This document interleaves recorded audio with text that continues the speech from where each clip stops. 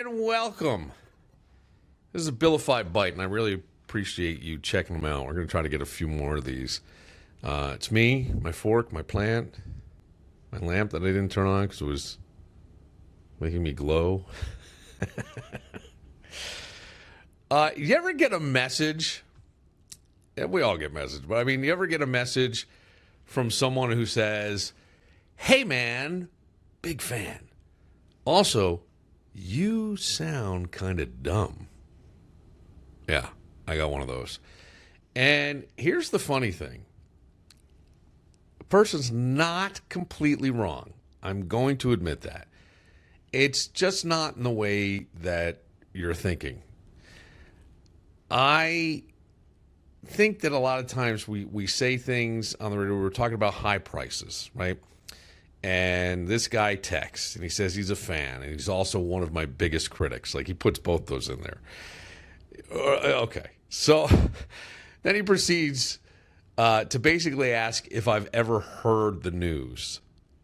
And I know where he's going. He's talking about Iran and the Strait of Hormuz. And then he says, you might want to sound a little smarter. And I read that, and I thought to myself, fair enough. I honestly, fair enough. A little aggressive to open up on a Sunday morning, but hey, it's all right. Here's the thing with these text messages. I want them. I like them. When we were talking about this, though, prices were going up. They were going up before anything was happening overseas. Gas was, not as high as it is, but it was high, which then in turn made any trucking more difficult, right? So food prices were high. And can someone explain to me housing? It's kind of out of control in those areas. And even when things ease up, like the strait reopens, and all, prices don't drop the way people think they do. Once they go up and the money's being spent, they just kind of stay there. And that's the part that I think nobody likes to admit. That's all. So could we sound smarter? I'm sure. I am sure. He also hit me on the fact that he feels like I swear too much and he can't listen in public. And I have been trying to work on that. This text came in a couple weeks ago, and he's right. Because I was thinking, if every sentence has a swear word, none of them hit. You know what I mean? So I have really tried to focus on not doing it. I don't even know if I was conscious of how much it was happening. Really. And I'm not doing this to try to necessarily clean it up, but because I'm trying to sharpen it up, you know? And here's what I always think in analogies and things. Like, if everything's a hammer, eventually you're just yelling at drywall. You know what I mean? You can't come bam, bam. So I hear that. I understand it. He listed off podcasts, including Bill Burr and others, where they swear, but not as much. And that's kind of what he said. And then he went on about the ads popping up in the middle of people talking. And I know that's annoying for a lot of people. I'll say this. We're building the plane while we're flying it. It's not perfect, but it's real. It's absolutely real. And that's the part I like. And I would like to encourage anybody to send us a text, leave us a voicemail, right? Tell us we're great. Tell us we suck. It doesn't matter. Have some real criticism. This guy had points. He did. The number is 585-206-8866. I welcome that. Just don't be boring, right? Just don't be boring about it. I want this to be a conversation. I want you to be part of it. I want you to bring things to me. 585-206-8866. And getting a text like that can be a little uncomfortable. I want to talk about being uncomfortable because I just finished my second semester of grad school. And when my college roommate was in town and we're talking and I'm in the mental health counseling program, he kind of looks at me and is like, why? He goes, I just want to go home and sit on my couch. And I've had other people say to me, I couldn't do it again. I give you a lot of credit. And I feel like sometimes it's sort of like damning with faint praise, like, wow, good for you. But I've had to do a lot of self-exploration this semester, like digging deep. People talk about healing, right? I don't know that we're ever really taught what is healing. What is that? Well, it's forgiveness. I don't know. It's like going in and realizing the things that you believe about yourself are actually kind of bullshit. That's the thing. Because I've always had this thing hanging over me, being an underachiever. I had a teacher who once pulled me aside and said, "You have the potential to be an Ivy League kid." And I'm thinking, dude, I'm the barely get to class on time kid. I like goofing around. I like playing. I like all that stuff. And then I graduate. And when I graduated high school, my father walks up and says, "I don't know whether to shake your hand or kick your ass. Kids dumber than you walked off with awards. All you had to do was drool and you got an award." And you kind of laugh at that. And if it wasn't for my mom's dad, my maternal grandfather, who's like, "Whoa, hey, relax, graduation day." But that kind of sticks with you. And remember how I talked about having these things that gnaw at you? Like, my buddy, and he is his Delta 98. Could we get it up to 120 miles an hour? And that could be kind of scary. Can you control a car? But I couldn't let it go. I had to do this. And I used to joke, I'm the least educated in my family. Everyone else has masters, doctorates. I got a 4-year degree and went into radio, and I loved radio. I loved being in it. But again, remember that gnawing thing in the back of your head, that thing that you have to prove in some way, at least to yourself, because you left something on the table, right? You left something on the table, whatever it was. And I that's the only thing I can think of when I do all these dumb things. And it never really went away for me. And education was such a thing that I think it became my rebellion was to like do adequate. I mean, high B's when you probably could have had A's. And this semester, I had to do a lot of digging into stuff. Matter of fact, like a lot of my grades came back, and there were some lower grades, my overall grades. Let me just brag for a moment. All in the 90s, I got to say. I'm very happy. But there were some things that went down because I realized as I'm digging into things, I could see where generational trauma played into it and how even people from Ireland and that whole mentality and that I didn't have self-worth. I really never really had any self-worth. I had attention. I had being the funny guy. I had doing ridiculous stuff, like climbing to the top of a bathroom stall and playing bombs away, which, by the way, can I just say, if you hit the water clean from that height, it's a skill. That is a skill set. I mean, a little jackass skill set, but a jackass skill set is a jackass skill set. I would do things like sliding across the locker room floor, completely naked on my back, kicking off the back window of the shower, right? The shower heads. That was my identity, but it wasn't my confidence. It was just noise, right? It was just noise. It was just attention. It was a way, but in some way, it was validating for me. And then you go back in your life and you realize, like I have talked about being molested, and I've talked about it for many, many, many years. I did it on the radio. I was on a panel for Bavona Child Advocacy Center. And I don't know, again, like when you talk about healing, what is that? I was a kid. It's the 80s. You're not thinking clearly about stuff. You're thinking, did I do something that would be considered gay? And I know that that's horrible, right? Because, but it made you different. Ask somebody who's gay. Sometimes it's not an easy walk. Does this make me that? You're in locker rooms. I wouldn't kiss a girl because I'm terrified that she would know that I had done something. With a guy, I'd done something that would be considered gay, and I don't even understand it. And all this happened when I was 7 years old, and I didn't do it. It was done to me, or I was coached on how to do things. That's confusion. That stays with you, and the thing is, so what do you do? right? And once you start to realize that inside you, you weren't that. You are who you are, and that was just something that happened to you.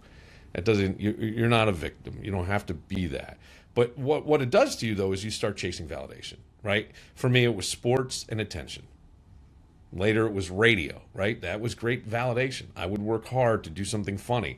And women gave me tremendous validation. But there's no self worth. Drinking, and then women, and drinking, and you had all kinds of mistakes. And it was really anything that kind of says you matter. And what you start to realize is, as much as you preach to your own kids and things that real self-esteem comes from within and you get real satisfaction, everything in your own life was all external.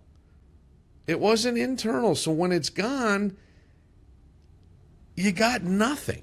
You know what I mean? And I want to kind of reset here for a second, because this isn't about a text message. This is what happens when your entire life is built on proving something you don't actually believe about yourself. And I saw that this weekend because I fell into an old pattern, right? I fell into, not right, you wouldn't know, but I did. I fell into an old pattern, and I'm mortified. I am so worried that I have screwed up something that was actually very important to me, that I'm not sure what to do. I really don't.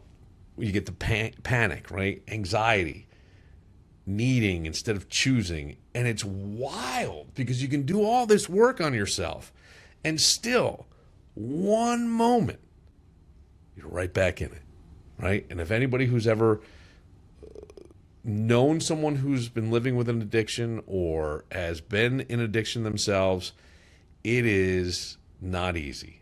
It's like emotional muscle memory, except instead of riding a bike, you're just ruining your own night, right? Or you're ruining your own whatever. And that's the part that has been really tough. It's been something like every day I find myself thinking about what happened this weekend more than I ever did, right? And now I can see my decisions of things that I did playing out in my kids' lives. And I learned all kinds of things in child psychology that I went, ooh, good. Like there were really days that I had to step back from assignments, and I got a couple of 60s on assignments. They weren't worth a whole lot, but they were still that. And that's a different kind of accountability when you're doing that, right? That's not theory. That's not theory. That's the real shit. That's the real work. That's the real healing. When you kind of start to come to, wow, I've been doing this, and that's not really who I am, and it's not who I want to be. So I would say if you're trying to change in any way, no matter what it is, if you're trying to grow in some way, it's messy. You'll think you're past something. And then there it is again. But the difference now is you see it. You see it. I saw this weekend, I feel like maybe too late. I don't know. I talked about it in an earlier episode this week of what went on, and I'm just so shook up by it. And here's the other thing too, like, you know, this has been a real year of change for me. I had I made a lot of changes in things. My dad passed away in July. I think it was around this time of year that my youngest son got to see him last, and we spent a weekend together. And I don't think Jameson, because his mom and I thought it would be an okay, and I thought it was a good thing because there was going to be a lot of support around. Went to the South, so my dad didn't see him as much, and I didn't see my dad as much as things. But that was like a really special time. And then it was just a few months after that that he passed, and then there were some personal things, some personal things that I had put to an end about a year ago, and then there was other things that would pop up. I don't know how to phrase that. But then the grad school thing came up, and again, it's like you left something on the table, right? Somebody comes to you and says, hey, I got a crazy idea. We have an opening, and I can't go to the waiting list because everybody's already in classes. Oh, and by the way, it's Saturday and classes start Tuesday, so what do you think? And there is that part of me that thinks that I needed to prove that I could be the academic achiever that I should have been. I underachieved in both high school and college. I did much better in college, but I underachieved in college. I mean, come on. I was having a little fun. I also learned, like, all that validation stuff, the power of funny, right? I got away with more shit that I don't think people would get away with because you could do it with a wink and a smile. And there was just some way that I was able to pull stuff off that I don't, because I think I got caught doing bombs away in the bathroom outside the cafeteria because people were cheering and yelling, and someone came in, and when they saw it, I think they were at first, I think the guy just started laughing, right? And so, like, those are the things. It's ridiculous. The point being, like, as you go back through, right, this has been a year of trying to dig through the muck and figure out, how did I get here?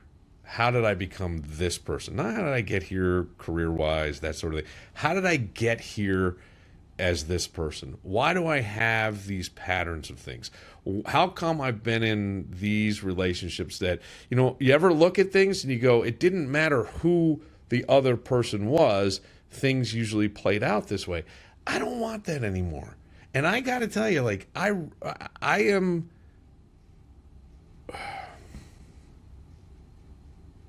I just hope I didn't ruin things that there's something that's very important to me, just important to me.